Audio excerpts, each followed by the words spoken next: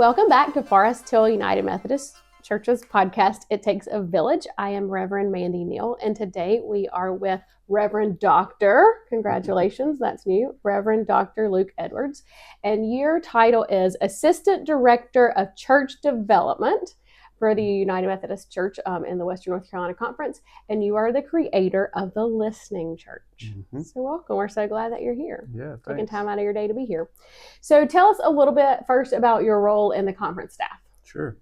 Yeah, so I've been on conference staff for almost 6 years now, and originally was asked to help our conference to embrace fresh expressions as a model of reaching out to our neighbors who are interested in faith but not interested in going to church on Sunday mornings. I led some fresh expressions out of Boone United Methodist Church up in Boone, and came to the conference office to help other churches start them. Since then, we've started 200 fresh expressions in the conference. Wow. Probably more than that, but some of them start and stop, and kind of a free-flowing model. So that's been a big part of my job the last 6 years. I've also since been asked to help with innovation, where I work with churches and districts and the conference to think about how we can shape our ministry, our polity in a way that helps us adapt to the future that's already here, the future that's coming. So those are the two main things. I work with a lot of creative pastors and church leaders, of clergy and lay, who are trying new things, who are experimenting, who are reaching out to their neighbors. So 6 years, that's a long time. And when I think back through what the last 6 years have been, the church has changed a lot in 6 years, right? Mm-hmm. So what have you seen change, or maybe where do you see where we are now that's differently than when you started? What does that look like for the local church? Yeah, so I mean, one of the big things was I started part-time in 2017, thinking about fresh expressions for the conference. And in those first few years, we were gaining some momentum on reaching out. Dinner church was a big model, right up until we launched a bunch in January of 2020. So a lot of them met once, and then the pandemic hit. So I think, so those first few years were getting the word out, getting some training out, having some early adopters go out and start these new forms of church.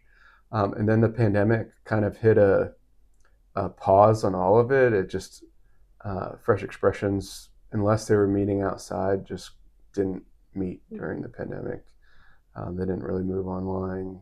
There were just kind of these micro communities that really, being together in person meant a lot to them. So a lot of them just paused. The dinner church really got hit because people eating together just wasn't happening. So it was kind of a reset. And that really, I think, accelerated innovation in our conference as well. And I think a big part of that was when we came back from the pandemic, the attendance numbers were a lot lower in almost all of our churches. Mm-hmm.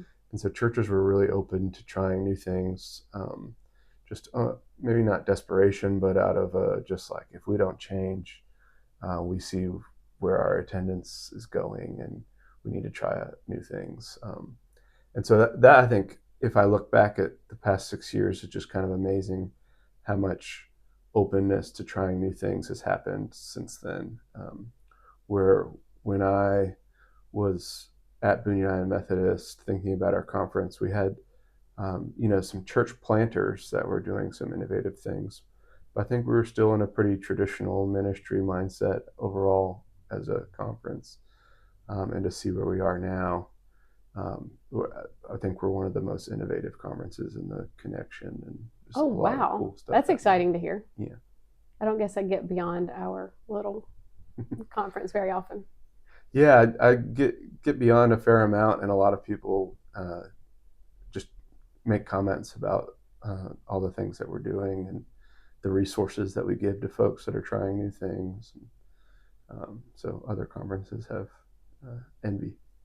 So we do have a lot of resources, and one of the resources that we have is the Listening Church, which is what you have created. So can you tell us like what that came from? Where did you get this idea of the Listening Church? And Yeah. So as I mentioned, I was leading Fresh Expressions in Boone, and I connected to the wider Fresh Expressions movement in the U.S. and then also the worldwide kind of movement was started in the U.K. And within Fresh Expressions was a big emphasis on listening first. Um, there's kind of a pattern of church planting where over the past 30, 40 years, where we go to a conference, we hear about a program or an idea, and we try it in our community and then try to get people to come to it. Well, Fresh Expressions kind of challenged that and said, listen to your neighbors and listen to God first, and see what they would be interested in being a part of, what their dreams and concerns and longings are, and create with them the thing that they are longing for. And it sounds so simple and it makes perfect sense, but we weren't really doing it. We were throwing spaghetti at the wall and hoping that our neighbors came to things. And so that began to kind of impact me. I wrote a book called Becoming Church that went through the steps of starting Fresh Expressions. And there's a chapter on listening that I really enjoyed writing, and was also seeing that some form of listening was important for innovation, just important for any kind of ministry adaptation, new start, just connecting with our neighbors. Listening is just always the first step in all of these things. And so I wanted to create a resource that was practical and gave people ideas on how they could listen to their neighbors better, and create ministries that were emerged out of their own experience, out of their own giftings, but also emerged from what they were hearing from their neighbors. So I designed a listening plan. I call it a spiritual listening plan, and I write a Substack twice a month and I call it all the resources, the Listening Church. so, do you find that churches are open to listening? Are they open to listening but don't know how, or like what's the barrier for us listening to our community well in the local church? Yeah, I mean, I think some churches don't want to listen because they want to keep church the way it is, to have it be a comfortable place for themselves. That is some churches, certainly not all churches. And then there's other churches that are longing to connect with their neighbors in new ways. A lot of times, those churches, particularly in North Carolina, a church has kind of established a culture, a way of being, a way of communicating, a culture, and the community around it has changed. So, take Concord, just thinking about how different Concord is than it was 10 years ago, maybe even 5 years ago. But then you look back 20, 30, 40, like when was Forest Hill founded? 1888. Yeah, so just think of the shifts. They're a lot different. Yeah, just the different shifts that have happened in Concord, in the world, in the U.S. since then. The industry changes, the internet, social media, political changes, all these things that happen, and churches get kind of stuck in a place. So, Tony Campolo liked to say, if the 1960s ever come back, the church will be ready. And we laugh because we just all can picture churches that are stuck in the 1960s, or it could be the 70s or 80s. Some of our churches are in the early 2000s, but there's very rarely do I walk into a church that's like, this feels like 2025. Yeah, absolutely.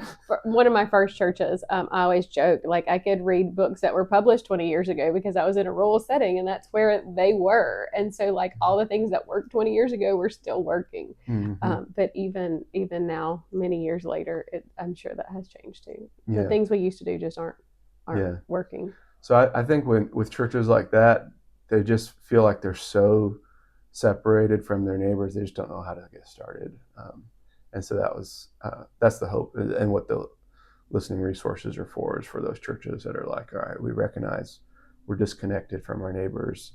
The people that are coming on Sunday mornings aren't people immediately around us. They might be driving in, they might be the same folks that we've had for the past 20 years. We need to understand our neighbors better to try to connect with new people. So our Gibson Village discernment team used this resource, the Listening Church, and kind of the foundation of that is your spiritual listening plan. So you can just tell us kind of how you think about that and kind of the theology and practicality around that. Yeah. So a few things went into that plan. One was seeing that a lot of churches, when they start to do listening, they start with a needs assessment. And that's something that I did when I was at Boone United Methodist Church. And a needs assessment automatically labels your neighbor as someone that needs something that you as a church can offer them. And so you're creating a one-directional relationship from the get-go. What I found is how we listen will impact the ministry that we form afterwards.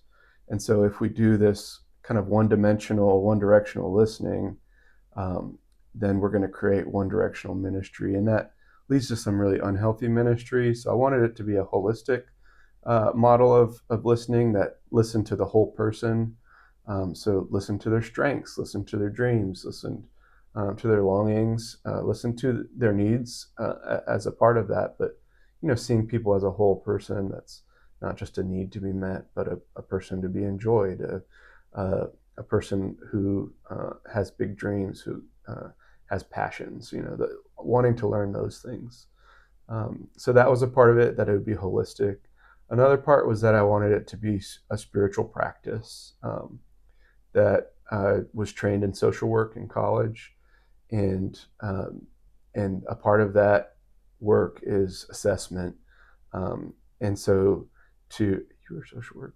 No. I had an undergraduate in business. Okay, business. That's what you were. Yeah. It's been very helpful. I knew you had a very social work might be helpful too. Yeah, I knew you had a degree that was helpful. Yeah, but yeah, so social work, like there are models for good assessment, but and I saw churches using some of these, like community asset mapping, stuff like that, but often that they lacked a kind of spiritual element to it. And I think for a church to go out and to listen, it really should be a spiritual discernment practice, that we're listening not just to the people, but to what the Holy Spirit's trying to tell us through the people that we talk to. So I try to incorporate elements of contemplative spirituality in particular, which has been impactful in my spiritual life. And what I like about contemplative spirituality is that there's a lot of practical, it's going to sound silly, practical practices that, like, it's something you can do. Lectio Divina has 5 steps, or the Examen has 3 steps or 4 steps, depending on which ones you use. So there's these things that, like, you can follow the steps, and yet it's a spiritual practice, a conversation with God. So I incorporated that into it. And then lastly, just use some of the social work experience and knowledge, and then some stuff that I will pull from anthropology and ethnography to study a culture, and kind of smushed all those together, and some of these activities came out.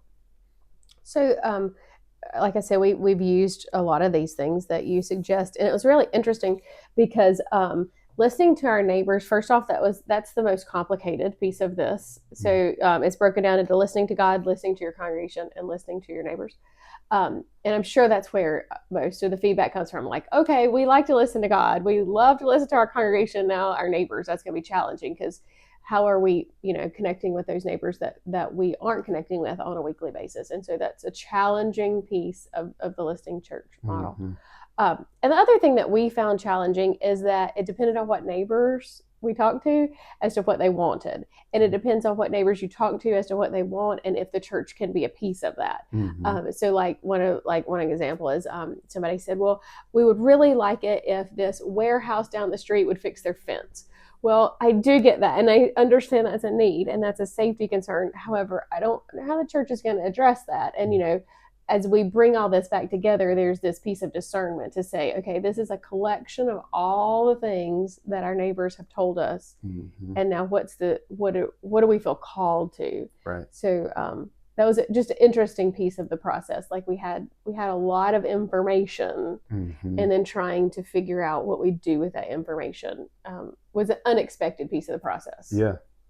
And when I do discernment meetings with the church that's done the listening, invite them to think about like what were the things that really stirred excitement in you, or that really stood out to you. What were patterns that you saw across listening, and particularly patterns that you saw in the listening to your congregation and the listening to your neighbor. Because when you find out that a bunch of people at your church are passionate about this thing, and a bunch of your neighbors are passionate about the same thing, like, oh, there's an easy connection. So sometimes those jump out, and sometimes it's you get some information that might not be helpful at the moment. But in some ways, it is helpful because it's opening the conversation. It's just maybe not addressable. So I think that was the thing we ran into. We had some really interesting. We had a lot of really interesting feedback, and just depending on who was giving the feedback, like what was going on in their life, it was very. It made us more empathetic, I think, in understanding some of the stories.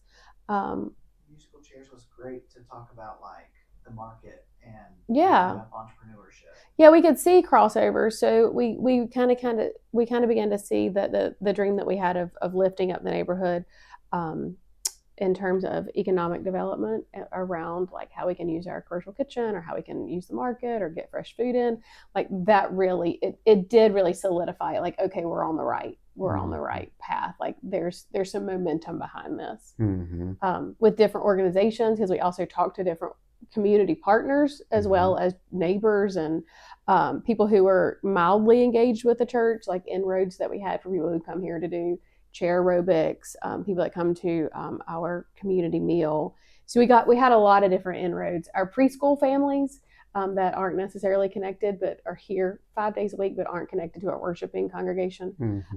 But all of those people brought a different perspective. Yeah. So it was interesting. Were there some things that really stood out? Yeah, I mean, just the pieces that they wanted community, like, to have places to have community. And then people felt this real need to lift others up in the community. And the market was one of the things that kind of resonated through all of that. And so that's, and we started, our market was just, the first market was this past Monday, and it went well and had community in, which is really great.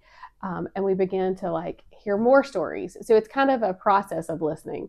So like when we're having conversations at the market, so we had a hospitality table at the market to talk about worship. We had a community health table. And so we had a lot of volunteers just there to welcome people and just have conversation, because our piece of the market, our vision is it's a place that we can create community. So we are, bringing people in to sell their goods, which we hope will help raise the economic development of the neighborhood, because they're neighbors who are selling. But our hope is that it gives us the opportunity to have conversations and continue that listening and inviting and just being a part of the community. That's great.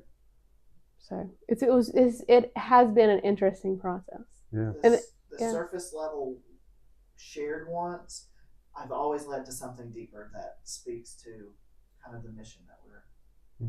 Yeah, and trying to finding the right medium to get the information is also.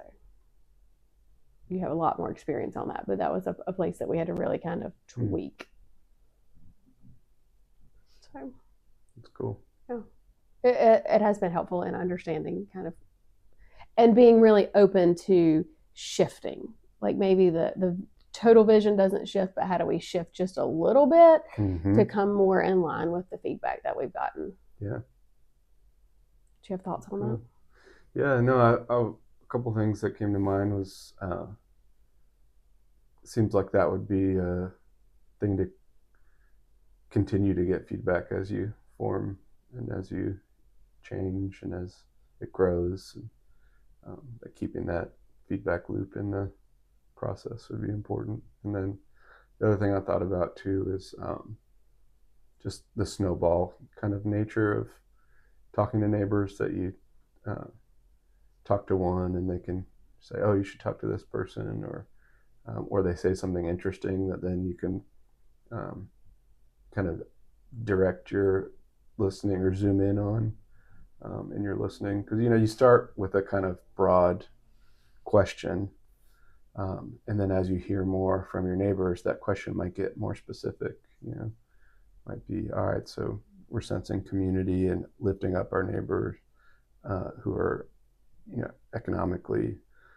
So what does it look like to lift up our neighbors economically? Or, you start zooming in on that particular question, or what is, how do people in our community experience connection or community or belonging, or, you can get more specific as you go forward.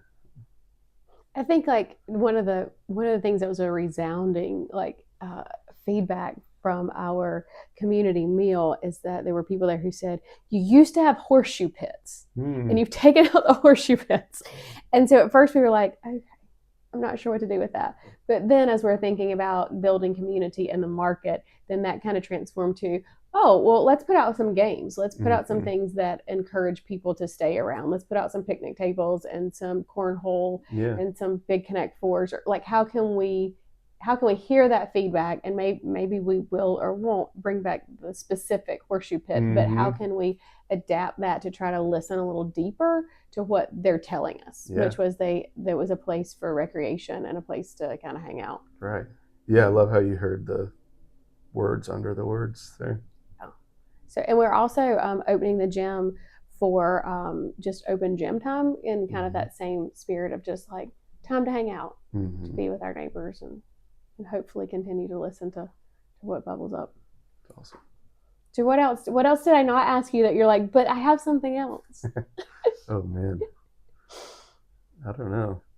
Yeah, just was excited when you guys said that you were gonna try to aim to interview 100 neighbors. I thought that was a good lofty goal, and how many do you think you got to? Well, we did a lot of different surveys. So we have the city helped us with a survey around the food, and so that was really helpful because they were kind of in partnership with a lot of different partners, and so the city helped us with that. I don't really know what our final total was. We did some individual surveys. We did one-on-ones. We set up at our preschool one morning, and so we just had conversation with our preschool families as they dropped off. That's 35 families, probably 30 families. We have some over. If you guys could figure out how to connect with families at a preschool at a church building, you could be millionaires. We could. Every church that talks to, we have families. Yeah, but we did talk to them. We can quote that.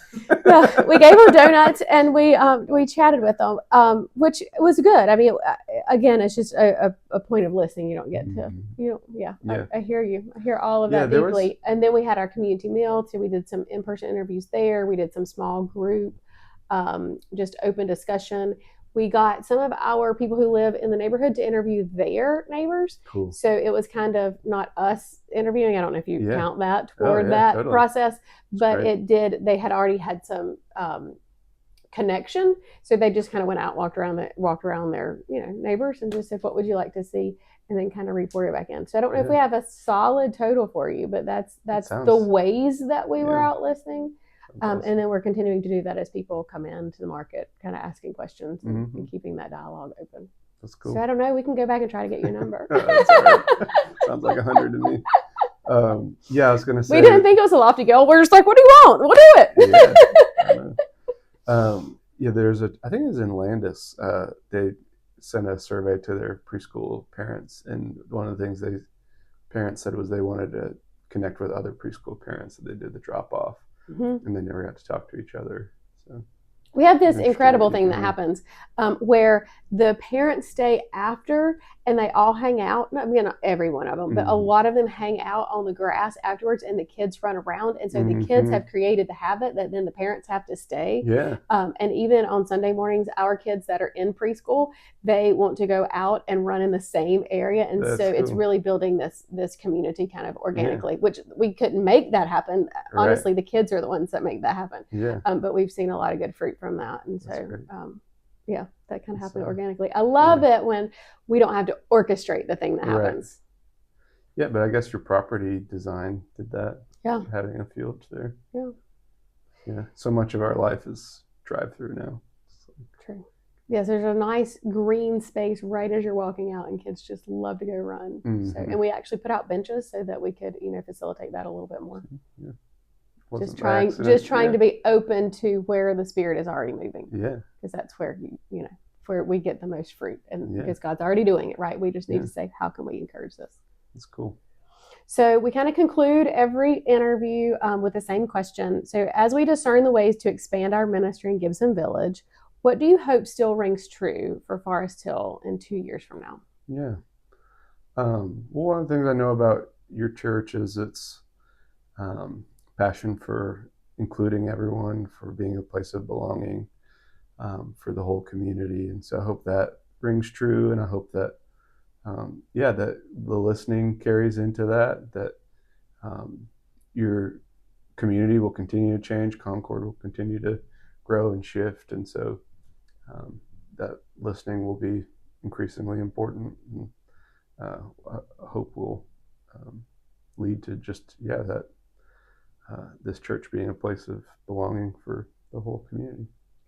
Well, you will be a part of that because you are our direct resource from the conference, and we're so grateful for the ways that you continue to resource us. And thank you for taking this time to kind of let everybody hear all the things that you do. And we have a great conference staff, and sometimes we don't all in the local churches know how much the conference staff does. So we appreciate all the ways that you help ministry run, the ways that you're doing innovation and change and calling us to deep listening. So we hope that you will continue to hold us accountable to pieces of deep listening as we continue through the process. So thanks so much. Thank you.